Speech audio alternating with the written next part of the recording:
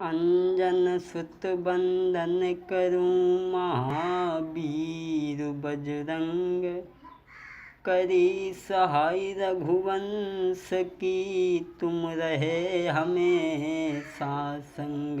रहे हमेशा संग राम की करी सहाय। सीता की सुधिलई फेरी गढ़ लंक जराई। तो कहें विनय कुमार सदा दीनन हितकारी। ओ सेवक अपनो जानिया जो सुधिले हमारी। हाँ भैया, आज हम आपके सामने ये पवन पुत्र हनुमान की जो कथा लेकर के चल रहे हैं। बजरंगबली का अवतार कैसे हुआ था? क्षमा करें, वैसे विद्वानों के तो कई मत हैं। किसी ने कुछ लिखा है तो किसी ने कुछ लिखा है। लोग इस पे विवाद भरी बातें भी करते हैं। किसी ने तो ये लिखा है कि शंकर जी का जो वीर सुखलित हो गया था, वो गौतम ऋषि की पुत्री अहिल्या वन में तपस्या कर रही थी। मंत्रों के द्वारा कान में फूंक करके जब बजरंगबली का अवतार हुआ था। लेकिन मैंने जो प्रमाण देखा, मैंने जो रामायण में लिखा देखा, वो हम आपको समझाने के लिए जा रहे हैं। क्षमा करें। रतनपुर में विद्याधर नाम के राजा थे और उनके घर में एक पुत्र था, पवन। ऐसा ही नहीं दोस्तों, वो रतन सिंह बलवान सुनो दे ध्यान सभा के भाई। और इनके घर में एक पवन नाम को पैदा भो बलदाई।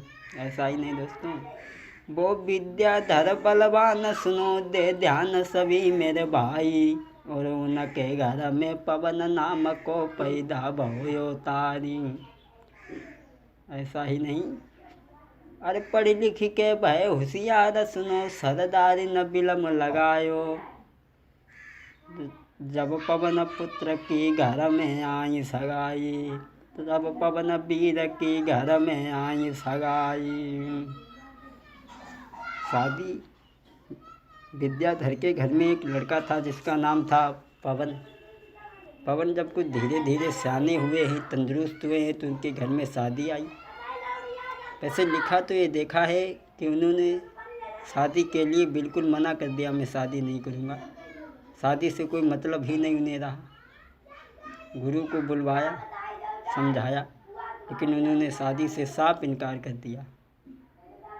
और इधर गौतम ऋषि की पुत्री अंजना जो थी, जो अहिल्या के गर्भ से पैदा हुई थी। क्षमा करें, लोग यहाँ पर ये भी कहते थे कि जब इंद्र ने अहिल्या के साथ में छल किया था, मुर्गा को दरवाजे पे बैठा करके, उससे पहले अंजना ने ये कहा था कि जो कुछ हुआ है वो मैंने सब अपनी आँखों से देखा है। तो लोग ये भी कहते हैं कि अहिल्या ने कहा था कि मुझे तो खैर किया हुआ लग रहा है और तुझे बिना किया हुआ लगेगा। तो अंजनी ने विचार किया था कि मैं कभी मनुष्य का चेहरा ही नहीं देखूंगी। और वन में जाकर के उन्होंने तपस्या की।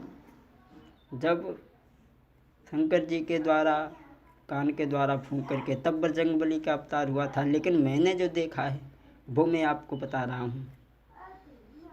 ऐसा ही नहीं, गौतम ऋषि की पुत्री श्री अंजना सुकुमारी। गोर बदन चेहरा सुगर थी चंद्र बदन उजियारी।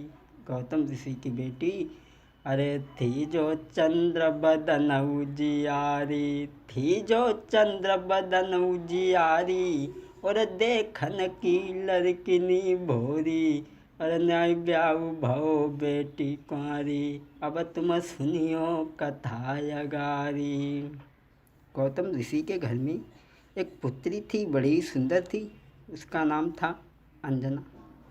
जब अंजना सयानी हुई है तो देवताओं ने गौतम ऋषि से ये कहा है कि तुम्हारी बेटी शादी के लायक है, इसकी शादी कर दो।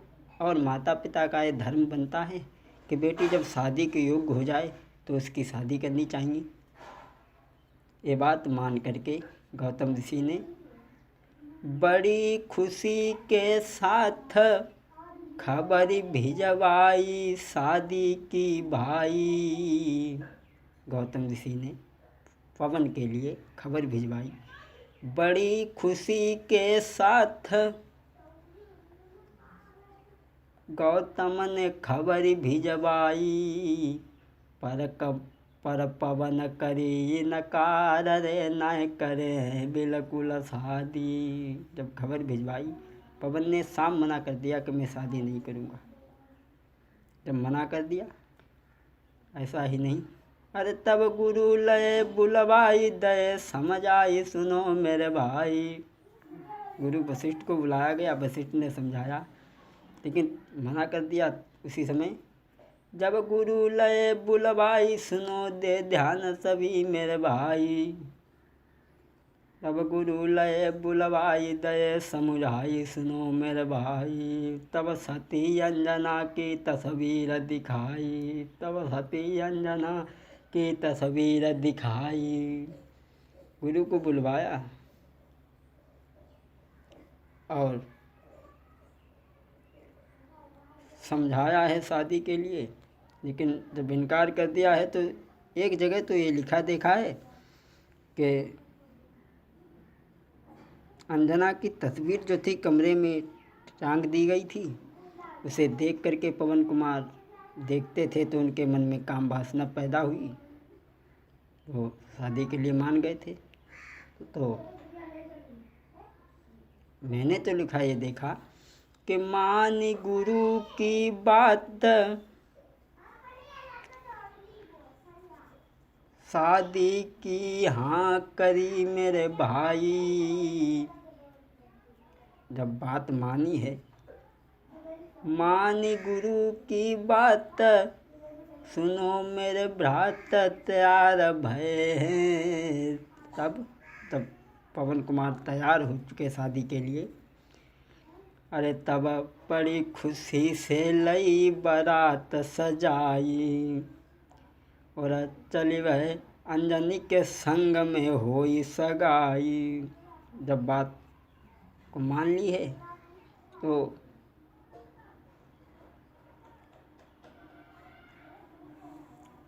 वैसे मेरी तो समझ में ये आया है, तब शादी के लिए जब वो तैयार हो गए, जब उन्होंने सोचा कि खैर तस्वीर तो हमारे पास है ही, लेकिन साथ ही साथ आँखों से भी देखना चाहिए कि वो हैं कैसी, शादी के लायक हैं या नहीं हैं। हमें चलकर भी आँखों से भी देखना चाहिए। तो उसी समय पवन पुत्र देखने के लिए चले हैं।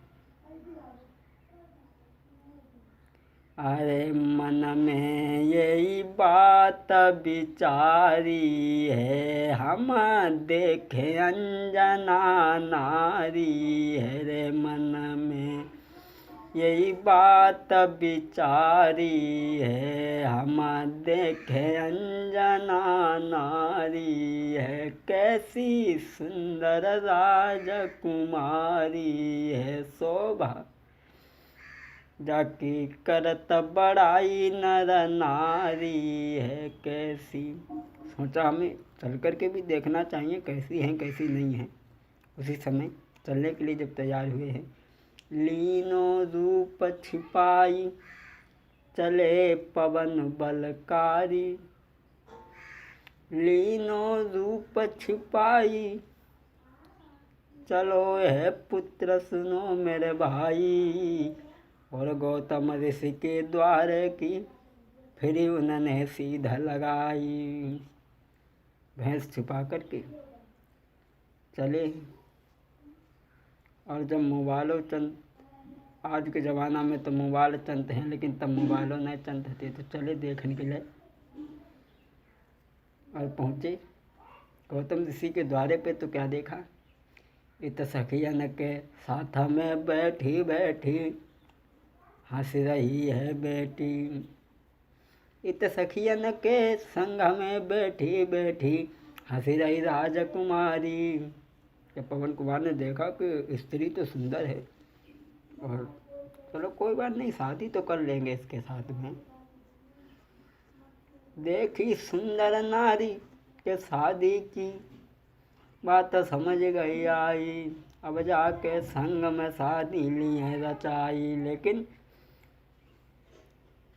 देखी कि खुशी बढ़ी अपार, सुनो नर नारी सभी मेरे भाई। अब जाके संग में शादी ले रचाई। पर खुशी के संग शोक बनो तुम सुनियो बात अगारी है। जब वहाँ पहुँचे हैं तो अंजना सहेलियों में बैठी बैठी हंस रही है। वहीं दूर जाके बैठ गए तो सहेलियों में, लड़कियों में बातचीत होने लगी। तुम्हारी शादी पवन के संग में तय हुई है। एक बोली, हाँ, इनसे क्या पूछे थे, हमें ही तो पूछ ले, हमें ही बता देते। बोली पवन, क्या मालूम कैसे हुए कैसे ना हुए। और दूसरी लड़की बोली, एक सहेली बोली रावण के संग में होती सगाई। एक सहेली बोली लली, पता नहीं पवन कैसे हुए कैसे ना हुए, अगर रावण के संग में सगाई होती लली तो भाग खुल जाते। अरे भैया वो तो बहुत बड़ो बलवान है रावण। एक सहेली बोली रावण के संग में होती सगाई, है बहुत बड़ो बलवान रे जाने सबको दो हराई। महाराज पवन ये कहाँ को बलकारी।